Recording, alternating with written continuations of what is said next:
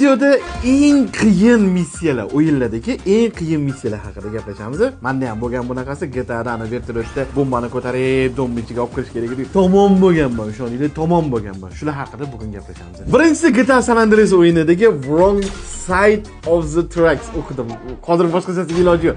7 marta aytdim xato. Xullas, missiya shundan iboratki, mototsiklda poyezdni orqasidan quvlashingiz kerak. Orqangizda personaj o'tiradi, Big Smoke dushmanlarni bitta-bitta otib yo'q qilish kerak bo'ladi. Esingizdan kim eslaydi shu missiyani? Eng qizig'i bilasizlarmi shu missiyada nima edi? Big Smoke normalniy ota olmasdi.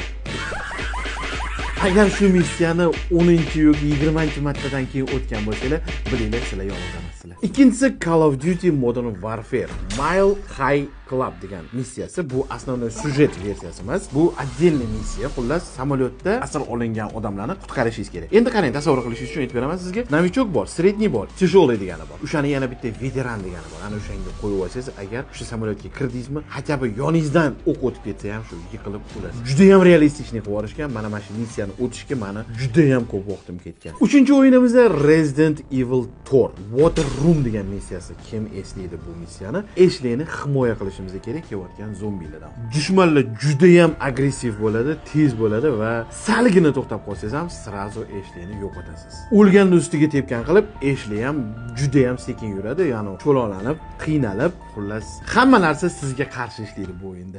Любой o'yinni, любой qiyinchilikda, любой сложностьda bemalol o'taman degan do'stlarga mana shu videoni обязательно jo'natib qo'yinglar.